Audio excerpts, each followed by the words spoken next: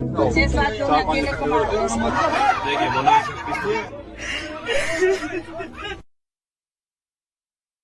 महाकुंभ में माला बेचने आई लड़की, जिसे लोग मोनालिसा के नाम से जानते हैं, अचानक से इंटरनेट पर सेंसेशन बन गई। लेकिन इस प्रसिद्धि ने उसकी जिंदगी में कई परेशानियां खड़ी कर दी हैं।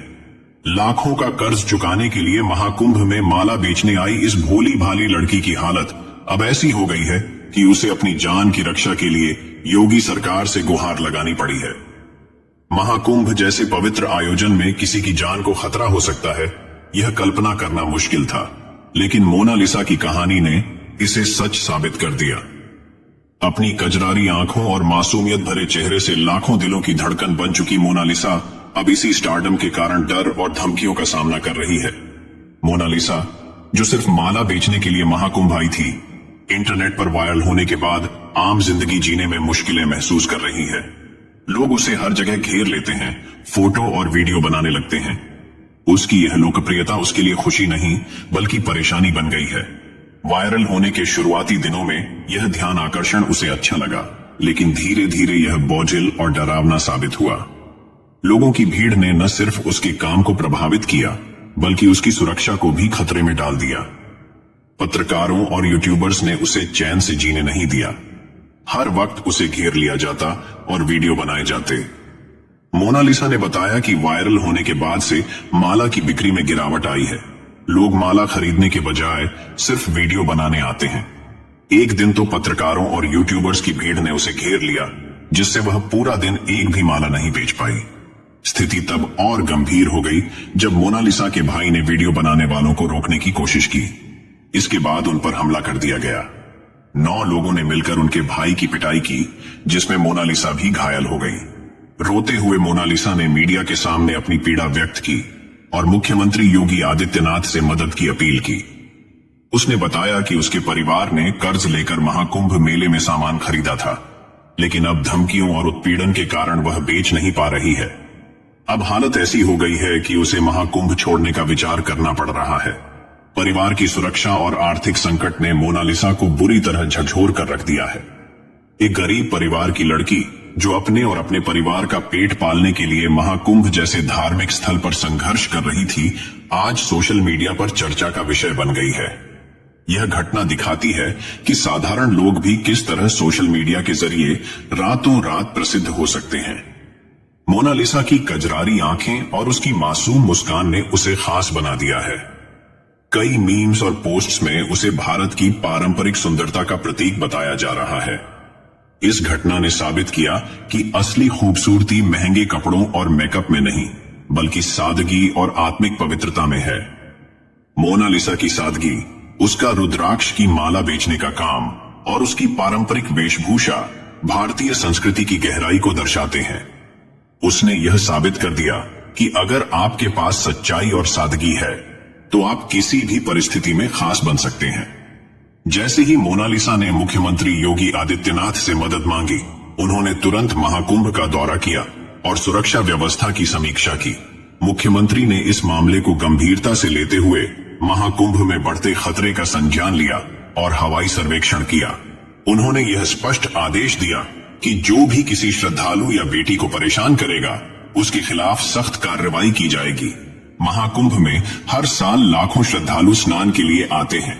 इस बार 29 जनवरी को मौनी अमावस्या और 3 फरवरी को बसंत पंचमी के प्रमुख स्नान होने वाले हैं।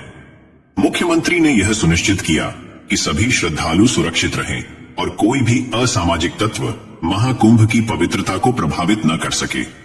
उन्होंने महाकुंभ के दोनों प्रमुख स्नान की तैयारियों का गहन निरीक्षण किया और सुरक्षा व्यवस्था को और मजबूत करने का आदेश दिया। मोनालिसा अब समझ गई है कि अपनी सुरक्षा के लिए उसे खुद भी कदम उठाने होंगे।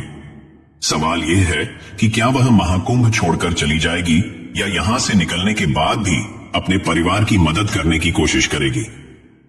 यह घटना यह सिखाती है कि रातों रात मिली प्रसिद्धि हमेशा सुखद नहीं होती। मोनालिसा की साधारण जिंदगी में आया यह खतरनाक मोड़ उसकी स्थिति को बदल चुका है। मुख्यमंत्री योगी आदित्यनाथ ने प्रयागराज की पवित्र धरती से यह संदेश दिया कि महाकुंभ की शोभा को बनाए रखने के लिए पूरी प्रतिबद्धता के साथ काम किया जाएगा। किसी भी अराजकता फैलाने की कोशिश करने वाले को बख्शा नहीं जाएगा। मोनालिसा अब उम्मीद कर रही है कि मुख्यमंत्री उसकी सुरक्षा सुनिश्चित करेंगे ताकि वह अपने परिवार के लिए अपना काम जारी रख सके। मोनालिसा, जो भगवान शिव की आराधना के लिए आई हजारों श्रद्धालुओं के बीच एक अनजानी श्रद्धालु बनकर आई थी, अब सोशल मीडिया की सुर्खियों में है। लोग अब शिव भक्ति से ज्यादा इस लड़की के बारे में जानने को उत्सुक हैं। उसकी कजरारी आंखें, उसकी सादगी और उसके हाथों में रुद्राक्ष की मालाएं उसे एक नई पहचान दे चुकी हैं। यह लड़की कोई साध्वी नहीं बल्कि संघर्ष की प्रतिमा है। वह न सिर्फ अपनी सुंदरता और तेजस्वी आंखों से जानी जा रही है, बल्कि उसकी समझदारी और शिष्टता ने भी लोगों का दिल जीत लिया है। उसकी कहानी यह साबित करती है कि सादगी और संघर्ष से भी पहचान बनाई जा सकती है। मोनालिसा एक ऐसा चेहरा है जो अपनी मेहनत और संघर्ष से सभी को प्रेरित कर रही है। उसकी कहानी यह दिखाती है कि सादगी और संघर्ष से ही असली पहचान बनाई जा सकती है।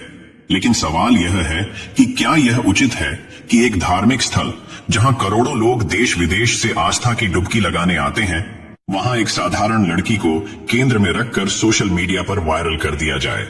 महाकुंभ, जो भक्ति और आस्था का प्रतीक है, वहां कुछ पत्रकारों और यूट्यूबर्स ने इस लड़की को इस तरह से वायरल कर दिया कि लोगों का ध्यान पूजा पाठ से हटकर सिर्फ उस पर टिक गया। महाकुंभ में आने वाले युवा अब मेले में इस लड़की को ढूंढने के लिए पहुंच रहे हैं। लेकिन क्या इस वायरल होने से इस गरीब लड़की को कोई फायदा हुआ?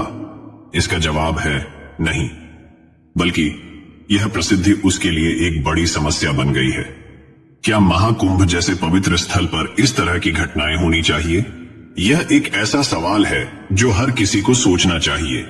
इससे पहले भी महाकुंभ में साध्वी हर्षा रिछारियां वायरल हुई थीं, और अब मोनालिसा सोशल मीडिया पर तेजी से लोकप्रिय हो रही है। लेकिन क्या इस लोकप्रियता का कोई सार्थक परिणाम है, या यह सिर्फ मोनालिसा की जिंदगी को और मुश्किल बना रही है?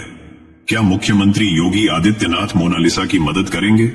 क्या उसकी सुरक्षा का पूरा इंतजाम किया जाएगा? ये सवाल अभी बाकी है। इस घटना ने यह सिखाया है कि पहचान और स्टारडम के साथ बड़ी चुनौतियां आती हैं। प्रसिद्धि का बोझ हर किसी के लिए नहीं होता। मोनालिसा की कहानी हमें सोचने पर मजबूर करती है कि कभी कभी बिना चाहत के मिली पहचान परेशानी का कारण भी बन सकती है। अगर यह कहानी आपको पसंद आई हो तो कृपया अपनी राय कमेंट में जरूर दें।